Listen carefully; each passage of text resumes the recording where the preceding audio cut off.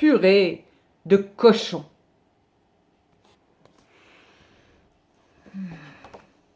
Aujourd'hui, le loup est tout guiré. Il accueillit dans la forêt 3 petits porcelets, une carotte, 3 navets. Et le loup va bien se régaler. Oh, bon, je fais de la purée de petits cochons pour 1, pour 2, pour 3, pour moi. Mais dans la casserole, ça rigole et ça se bidonne. Ah ah, regardez-moi ce vieux barbichu à queue tordue. Quoi? S'énerve le loup. Qu'est-ce que vous avez à ricaner, bande de petits porcelets? Ben, c'est pas du tout la recette de la purée de cochon. Si tu fais comme ça, ce sera raté. Eh ben oui, et nous, on sera dur, mou et trop salé. Regarde dans ton livre de cuisine. Oh, si vous me racontez des histoires, ça va barder.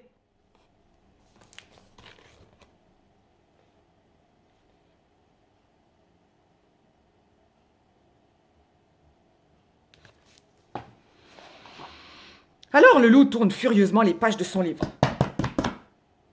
Encore et encore. Oh zut, c'est que je ne sais pas lire. Ah ah, nous on sait. Passe-nous le livre, on va t'aider. Bon, alors, pour une bonne purée de cochon, il faut avant tout un gros pot de miel. Mais je n'en ai pas, soupire le loup. Ah ah, mais c'est écrit dans la recette. Pas de miel, pas de purée. Ouh, s'écrie le loup. Mais je sais où en trouver. Compère Ours pourra me dépanner. Le loup file en chantonnant, ravi à l'idée de ce bon repas. Je fais de la purée de petits cochons pour 1, pour 2, pour 3, pour moi. Mais comme le loup n'a pas lu le panneau, pique et repique, repique, pique, pique, pique, pique par-ci, pique par-là, les abeilles s'en donnent à cœur joie. Ah, il n'a pas lu le panneau. Compère Ours referme son album en grommelant. Oh, mais où allais-tu, vieux barbichu? Tu n'as pas lu ce qui est écrit? Eh ben, c'est que je ne sais pas lire. Je veux juste du miel pour ma purée de cochon. Quoi? Oui, c'est écrit dans la recette. Pas de miel, pas de purée. Oh, tiens ton miel. Mais tu devrais apprendre à lire, compère loup. Bah, la lecture, c'est bon pour les serpents lunettes. Moi, je suis un loup, et un loup, ça ne lit pas. Et le loup, tout content, s'en retourne sur ses pas.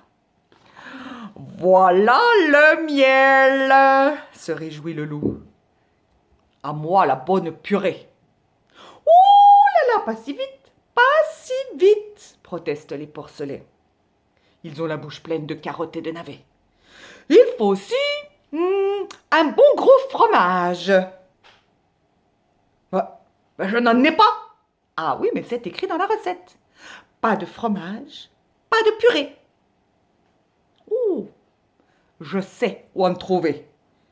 Maître Renard en a toujours un de côté. Le loup file en chantonnant. Je fais de la purée de petits cochons pour 1, pour 2, pour 3, pour moi. Mais le loup n'a pas lu le panneau. Bim bam pam poum patatras.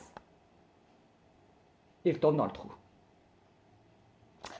Ah. Maître Renard referme son roman en rouspétant. Mais où allais-tu, vieux barbichu? Tu n'as pas lu ce qui est écrit. Eh, c'est que je ne sais pas lire. Je veux juste du fromage pour ma purée de cochon. Hein? Oui, c'est écrit dans la recette. Pas de fromage, pas de purée. Bon. Tiens, ton fromage, compère loup. Mais je t'assure, tu devrais apprendre à lire. Bah, la lecture, c'est bon pour les chouettes à chignons. Moi, je suis un loup. Et un loup, ça ne lit pas. Et le loup, tout content, s'en retourne sur ses pas. Voilà le fromage. Se réjouit le loup. À moi, la bonne purée. Hop, hop, hop, hop, hop, hop, hop. crient les porcelets. Pas si vite!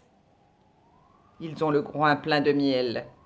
Il faut aussi un beau morceau de beurre. Pff, mais je n'en ai pas non plus!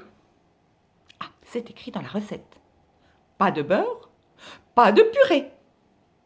Bon, je sais où en trouver. Je connais une grand-mère qui en a plein son garde-manger. Je fais de la purée de petits cochons. Pour un, pour deux, pour trois, pour moi. Mais le loup n'a pas lu ce qui est écrit. Et crac-boum, badaboum, le voilà ligoté. Ficelé, saucissonné dans la cour de récré.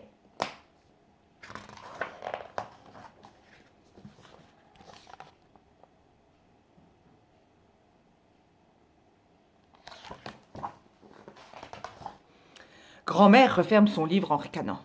« Ah, où es-tu, vieux barbichu? Tu n'as pas lu ce qui est écrit? » Et c'est que je ne sais pas lire.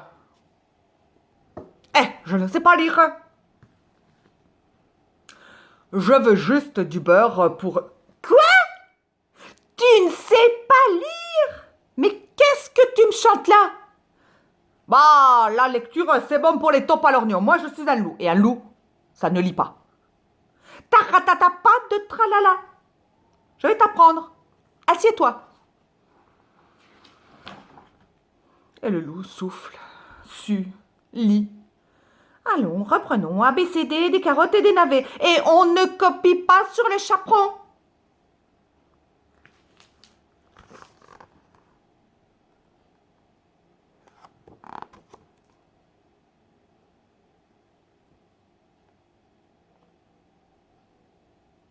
Après bien des leçons, le loup a appris à lire. Et tout content, il se retourne sur ses pas avec son morceau de beurre. Me voilà, à moi le bon repas. J'ai le beurre, le fromage et le miel. Pas si vite, pas si vite, s'écrient les porcelets. Ils ont le ventre plein de fromage.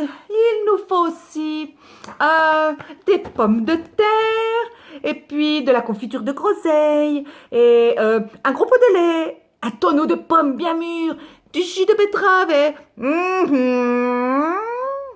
dit le loup en feuilletant le livre de cuisine. Finalement, je n'ai plus envie de purée. Je vais choisir une autre recette. Toi? Rigolent les porcelets. Mais tu ne sais pas lire.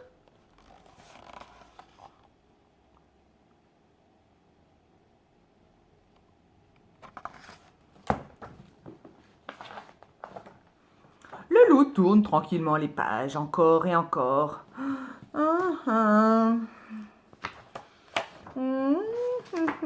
Voilà.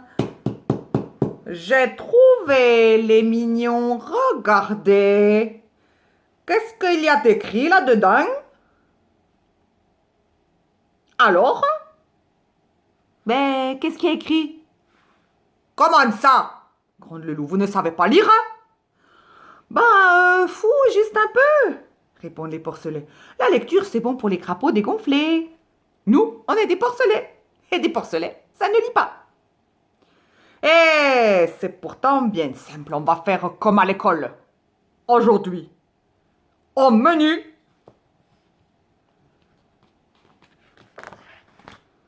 alors, le plus petit des porcelets lève le doigt. Ah, moi je sais, il y a écrit aujourd'hui au menu, torchon grillé. C'est bien, mon petit saucisson. C'est presque ça, mais pas tout à fait. C'est une recette très simple et je vais vous expliquer. Aujourd'hui, au menu, cochon grillé.